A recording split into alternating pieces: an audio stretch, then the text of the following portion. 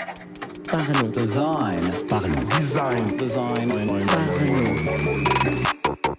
Salut, c'est Romain, bienvenue dans un nouvel épisode du podcast Parlons Design, dans lequel on va parler des toasts et des snack bars.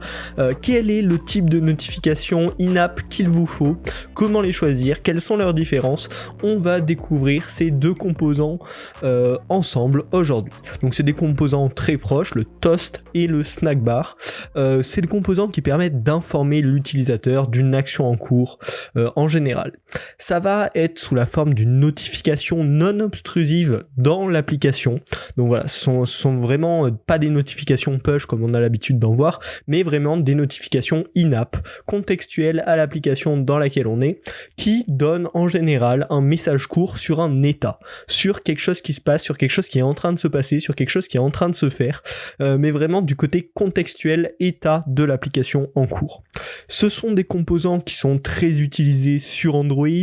La snack bar fait partie des guidelines Material Design de Google.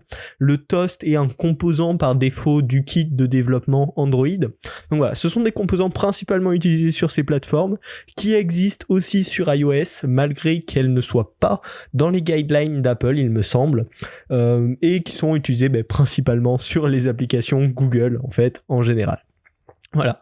La forme habituelle visible, c'est en général une petite ligne de texte dans un cadre avec un fond de couleur qui permet à la notification de ressortir par rapport au reste de l'application et qui est positionné généralement en bas de l'écran et qui va apparaître avec une petite animation sortant de bas en haut pour montrer son arrivée et qui va indiquer des états des actions comme envoi en cours ou message supprimé par exemple. Donc j'imagine que là ça vous revient en tête, vous voyez à peu près là où c'est utilisé, ça va être notamment dans des applications de messagerie, de mail où c'est pas mal utile, ou quand vous allez supprimer le message, il va y avoir un petit pop-up plus ou moins, une petite notification légère qui va apparaître en bas de l'écran pour vous alerter que le message a bien été supprimé et peut-être pour vous proposer des actions.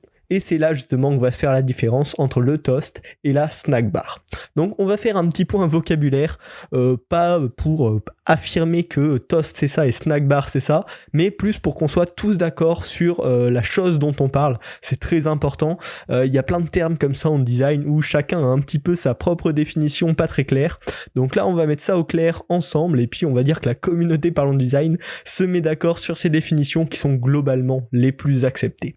Donc qu'est-ce que va permettre une snack bar que ne va pas permettre une toast bar? Voilà. Déjà, la base, c'est que le toast, c'est la version plus primitive et la snack bar, c'est la version un peu évoluée. Par exemple, une snack bar, on va pouvoir la cacher, la faire disparaître manuellement. En général avec un mouvement de glissement vers le bas, mais ça peut être avec une petite croix qui permet de le fermer. Alors qu'un toast, ça va s'afficher, ça va rester en vie un certain temps, puis disparaître sans que l'utilisateur puisse y faire quoi que ce soit. Une snack bar, ça peut également proposer des actions contextuelles à la petite notification, bien évidemment, alors qu'un toast est uniquement un message d'information sans interaction possible. Et enfin, une snack bar doit être liée au contexte de l'écran affiché, alors qu'un toast peut être contextuel au niveau de l'application plus largement et pas forcément par rapport à l'écran, au contexte actuel précis.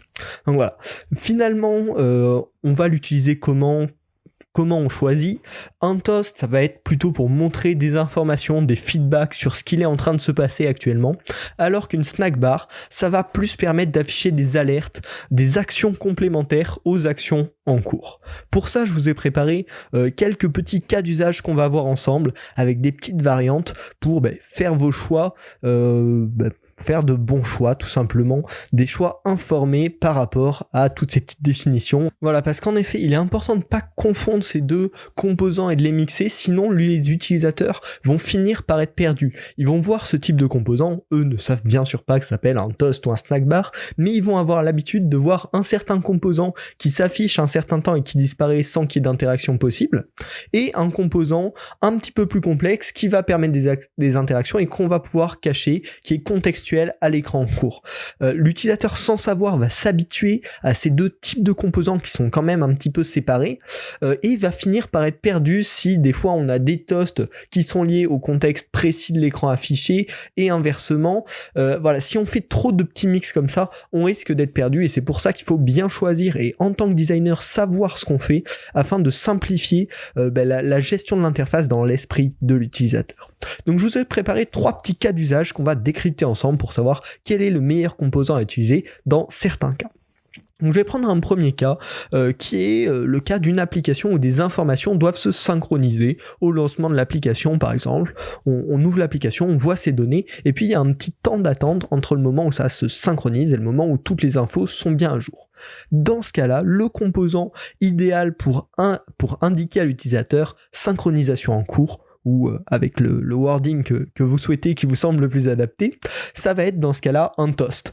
Un composant qui va s'afficher avec juste du texte, aucune action possible, on peut même pas le cacher, et qui va disparaître une fois que la synchronisation sera effectuée, ou sera peut-être à la limite à ce moment-là remplacé par un autre toast ou par un snack bar qui propose des actions complémentaires. Mais voilà, dans ce cas-là, il n'y a pas d'action à faire, c'est contextuel à l'application en général, donc on va afficher un toast.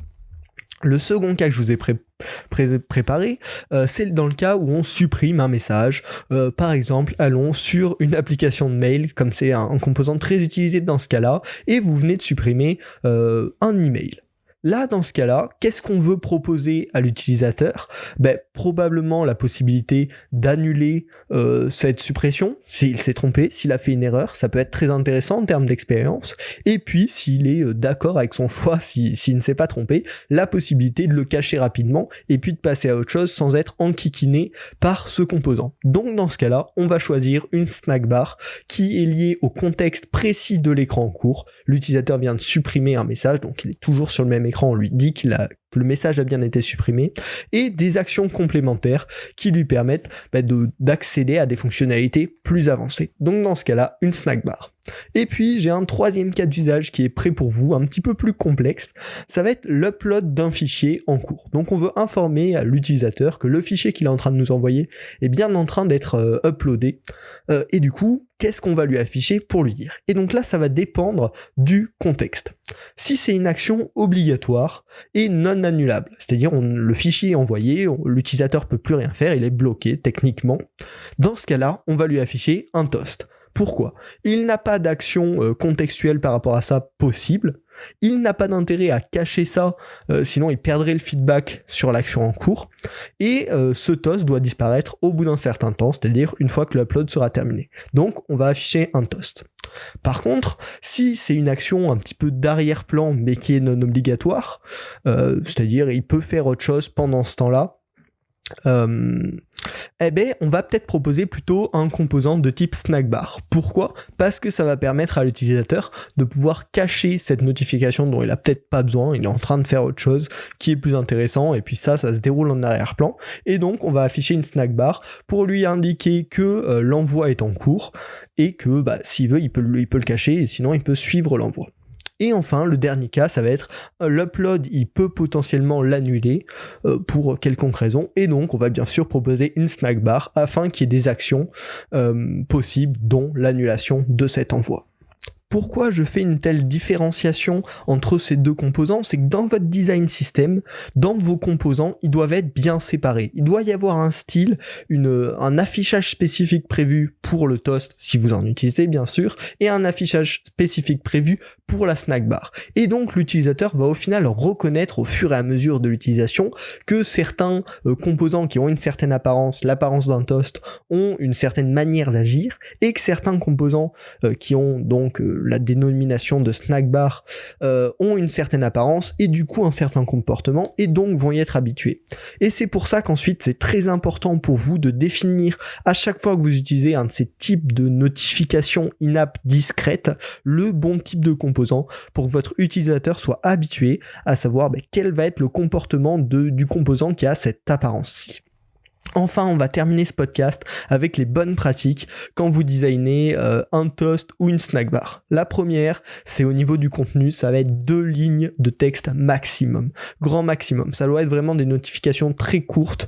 L'idéal, c'est 3-4 mots et voilà, vraiment pas plus de 2 lignes, on oublie après. Également 2 actions maximum sur une snack bar. Sinon ça devient un menu contextuel, ça devient autre chose, mais s'il y a 3-4 options d'actions possibles pour l'utilisateur, il va falloir changer de type de composants. Ceux-là ne sont pas adaptés, ça doit rester des notifications non obstrusives. Donc voilà, 2 actions grand maximum sur une snack bar. Et enfin, par rapport au composant toast, si vous devez afficher un toast pendant un certain temps, comment calculer, comment définir ce temps? Alors il y a une petite règle pour ça, ça va être 100 millisecondes par caractère en comptant les espaces. Donc s'il y a 20 caractères, ça va être affiché pendant 2 secondes en excluant les animations d'entrée et de sortie. Ça doit être vraiment 2 secondes stables. Voilà, c'est une petite guideline comme ça. Après, il faut bien sûr l'adapter à vos utilisateurs. S'ils sont plus âgés, il va falloir allonger le temps. Et puis voilà, au contexte. Mais ça peut être une première guideline pour avoir une idée de si votre temps d'affichage à l'écran de votre toast est suffisant ou non. J'espère que ce podcast vous aura aidé, aura ajouté ou aura amélioré un élément dans notre panoplie de designers. Faut l'utiliser lorsque c'est nécessaire, hein, bien sûr, dans les contextes adaptés. Mais bon, au moins on aura ce composant, on saura comment il fonctionne, on saura comment distinguer un toast et une snack bar. Donc j'espère que voilà, ça vous aura appris des choses. Si vous voulez apprendre encore plein d'autres choses sur le design, j'ai créé il y a peu Partageons Design. C'est un blog qui regroupe les meilleures ressources design que je trouve en fait. Vous pouvez le suivre sous forme de newsletter, de flux RSS ou tout simplement de blog. Donc le lien est bien sûr dans la description et l'inscription est absolument gratuite. Vous n'êtes pas spammé, hein, juste la newsletter si vous êtes abonné par mail. Donc voilà, j'espère que ça vous a plu. On se retrouve la semaine prochaine pour un nouvel épisode du podcast Parlons Design. Salut. Parlons design. Parlons design. Design. Parlons design.